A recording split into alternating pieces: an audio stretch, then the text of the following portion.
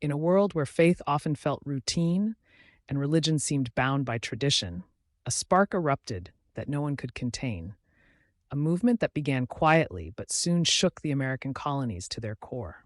What started in small congregations and humble meeting houses would burst into one of the most transformative moments in religious history, reshaping identity, community, and the very meaning of spiritual life. This was the First Great Awakening, a revival that thundered across generations. The First Great Awakening swept through the American colonies from the 1720s into the 1740s, igniting dramatic waves of religious renewal and leaving a lasting mark on society and spiritual life. The movement began in relative obscurity, sparked by the earnest passion of a few resolute ministers, and rose to prominence through the thunderous voices of its most famous preachers.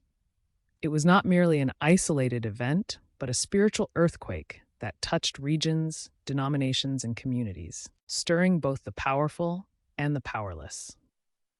The earliest awakenings emerged within Reformed and Presbyterian communities in the Middle Colonies. Theodore Frelinghuysen, a Dutch Reformed pastor in New Jersey during the 1720s, called his congregation not just to outward morality, but to inward conversion. His preaching, marked by deep conviction and personal piety, stirred young people who carried the message to their families, creating rising spiritual momentum. These early stirrings were small but sincere, preparing the soil for broader revival. William Tennant Sr. and his sons, especially Gilbert Tennant, soon advanced the movement. Tennant's log college trained revival-minded ministers focused on experiential religion and authentic regeneration. Gilbert's fiery sermon, The Danger of an Unconverted Ministry, 1740, shook clergy and congregations alike by insisting that only truly converted ministers could shepherd the church. Controversial yet powerful, his message encouraged widespread self-examination and heightened expectations for genuine spiritual leadership. Meanwhile, in New England, Solomon Stoddard, Jonathan Edwards's grandfather, had long witnessed harvests, seasons of renewal, within his Northampton congregation. These earlier movements prepared the community for deeper awakening. When Edwards became assistant pastor in 1727, he inherited a congregation spiritually stagnant but primed for revival. His preaching emphasized the necessity of inward transformation, grounded in God's sovereignty and the supernatural work of the Spirit. Between 1734 and 1735, Edwards preached a series of sermons on justification by faith alone, exposing the emptiness of outward religion and the urgency of the new birth. In works like A Divine and Supernatural Light, he taught that conversion required divine illumination. By December 1734, Edwards wrote that the Spirit of God began extraordinarily to set in, as conviction spread and many experienced profound spiritual renewal. This local revival became a catalyst for the wider awakening. The most iconic moment came with Edwards's sermon, Sinners in the Hands of an Angry God, preached in Enfield, Connecticut on July 8, 1741. Though delivered calmly, the imagery, souls dangling over the pit of hell, was vivid and terrifying. Listeners responded with cries and visible repentance, making the sermon a symbol of the revival's power and emotional intensity. If Edwards was the theologian of revival, George Whitefield was its great orator. A friend of the Wesleys, Whitefield combined evangelical fervor with Calvinistic conviction. His expressive delivery captivated audiences. Between 1738 and 1770, he made 7 trips to America and preached to enormous crowds, sometimes over 30,000 people. His Boston sermon on September 20th, 1740, drew multitudes who were electrified by his call to reject complacency and embrace living faith. Whitefield's printed journals and sermons circulated widely, making him one of the first transatlantic celebrities.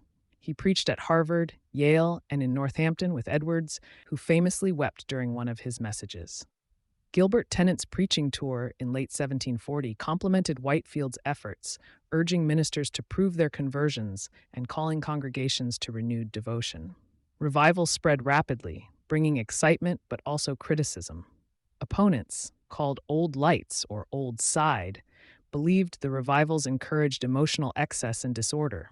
The extremes of James Davenport, who held bonfires of vanity, items, and religious books, seemed to justify their concerns until he later repented. These controversies reflected deeper debates about order, experience, and the nature of true religion. The awakening also reshaped denominations. Presbyterians split into Old Side and New Side factions. Congregationalists experienced similar divisions. Baptists embraced revival's democratic spirit and grew quickly, emphasizing conversion and believers' baptism. Methodists, still emerging, benefited from revival principles and would soon expand dramatically. In the South, Samuel Davies became a leading figure, ministering to both white settlers and enslaved Africans in Virginia. His preaching emphasized conversion, literacy, and spiritual growth, laying foundations for future African American Christian traditions. Separatist Baptists like Shubal Stearns and Daniel Marshall carried revival energy into the Carolinas and Georgia, shaping the South's evangelical character. Women played a larger spiritual role during the awakening, organizing prayer meetings and sharing testimonies despite criticism from traditionalists. The revival's emphasis on personal experience empowered women, lay people, and Black believers to participate more actively in religious life, helping form early networks of faith and community. Printed materials extended the revival's reach. Edwards's faithful narrative, along with journals, sermons, and newspaper accounts, spread revival stories throughout the colonies. Pamphlet debates between supporters and critics kept the movement in public view. Print culture democratized the revival by allowing people far from the pulpit to participate in its ideas. The awakening also reshaped education. Dissatisfaction with traditional ministerial training led to founding institutions such as Princeton, Dartmouth, and Brown, which became centers for theological debate, missions, and reform. Socially and politically, the awakening encouraged habits of questioning authority and valuing spiritual equality, helping prepare the colonies for the Revolutionary era. Its emphasis on conscience, liberty, and voluntary association contributed to missions, humanitarian causes, and movements for freedom. Though not political in itself, it shaped the moral atmosphere preceding the American Revolution. Historians continue to debate the awakening, whether it was chiefly spiritual or culturally disruptive. Its dramatic moments often overshadow moderate voices, yet its impact remains undeniable. It transformed theology, culture, and identity across the colonies. Taken together, the sermons of Frelinghuysen, the Tennants, Edwards, Whitefield, and Davies, the printed materials that spread their words, the roles of women and Black believers, and the revival's democratic energy defined the First Great Awakening as a pivotal turning point in American history.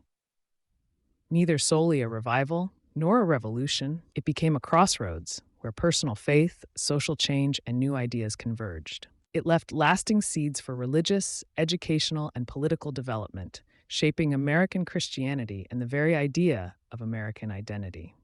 If you enjoyed this narrative and want more powerful stories from church history, subscribe for more.